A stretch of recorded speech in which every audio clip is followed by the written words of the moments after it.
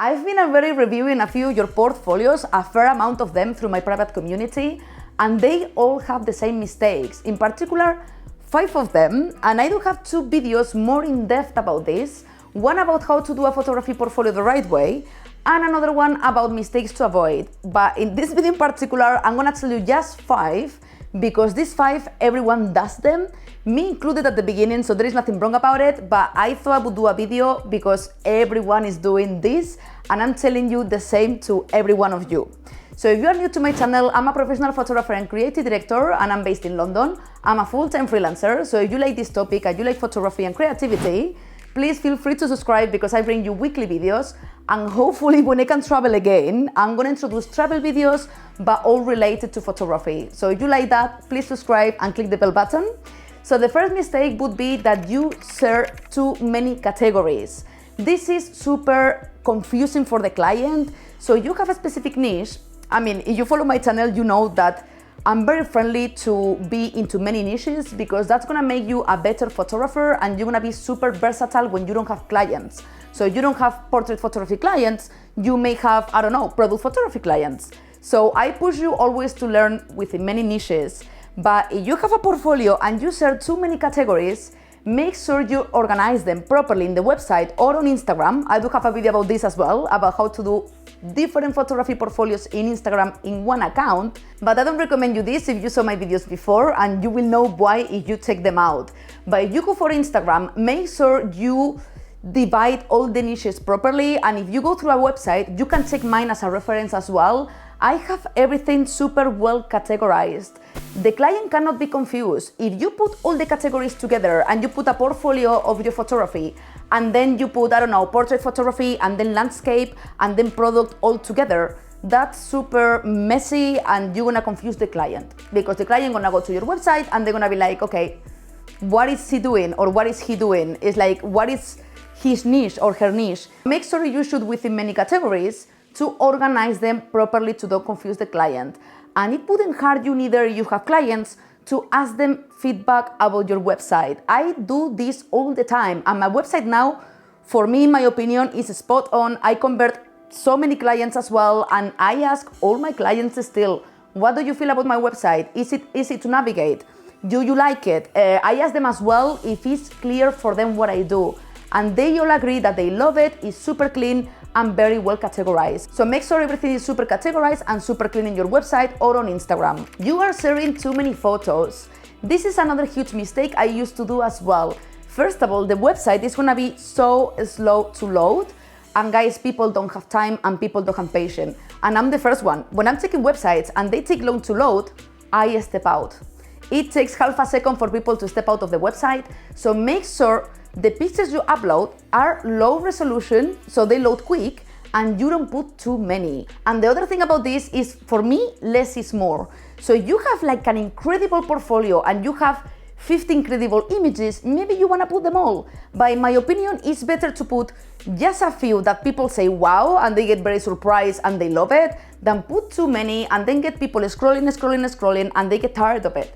Even if you have, I don't know, 100 million of pictures, like super nice, people get bored, even if they are super nice. I think it's better to cause impression, to put 20, 30 pictures, it depends on the category as well, or how many pictures you have overall, but put less and just put the amazing ones. This is gonna create more impact. You share too many photos very similar to each other. This is another huge mistake everyone does. I know it's so hard to choose.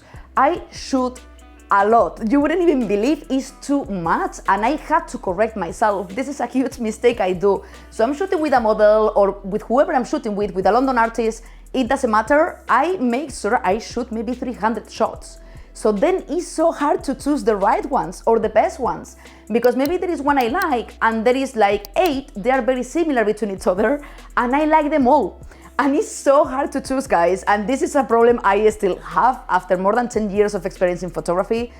But if you decide to share, I don't know, for example, 4 very similar ones because you really like them all, if you are working on Instagram, make sure you share them in a carousel. I say this to many of you already. It doesn't look good if you share the same person looking this way, then a bit that way, then a bit that way. They are very similar, the frame. But you wanna do it in a carousel, because actually carousels are very good on Instagram because people spend more time in your post, and that's very good for the algorithm. But if you do it in your website, you're gonna have to sacrifice pictures and you're gonna have to share maximum 2 similar ones, and that's already a lot. It cost me so much as well. I sometimes can't avoid it and I put very similar ones from the same series, but you're gonna have to be very critical with yourself and don't choose too many that look similar to each other. Your editing style looks super different to each other. This is another one I struggle with because I'm that photographer that thinks like different pictures need different editing. So I really like moody photography, but for example, if I'm shooting, I don't know, something very bright in summer, it doesn't look nice to edit it in a moody way. So you're gonna have to be very careful with this, or be very generic with the kind of editing you have, or try to put together the ones with similar editing style. First of all, when people go to your website or Instagram, it's gonna be super confusing to have one moody, one very bright, one super colorful, one very dark. Is not nice. It doesn't create harmony when you look at them, and it's gonna confuse the client as well, because the client don't know what is gonna expect from you. They don't know if your style of photography is moody, if it's bright, if it's very low editing. So you're gonna have to be very careful with this and edit, or try to edit, always in the same way. You are relying only on Instagram or social media. This is super negative for you as a photographer if you wanna look professional. I talk about this many times in other videos. Guys, everyone nowadays has Instagram. Even dogs have Instagram. So please try to differentiate yourself from others.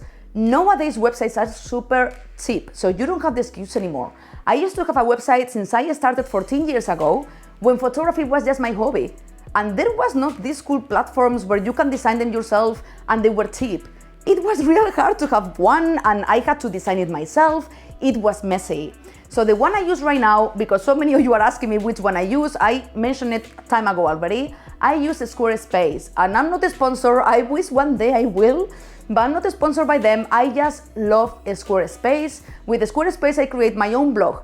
I've created my own online shop, and I've created my full portfolio. So everyone is loving my website, you guys as well. So it's done by Squarespace, and you have a link below for a free trial. You don't have to pay anything.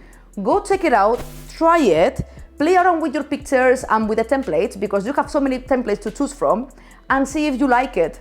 And they are very cheap as well. There is so many options for payments. I do pay the business plan, I think it is, or the e-commerce, I can't remember the name, because I do have the shop. But if you don't have a shop, you have to pay even less.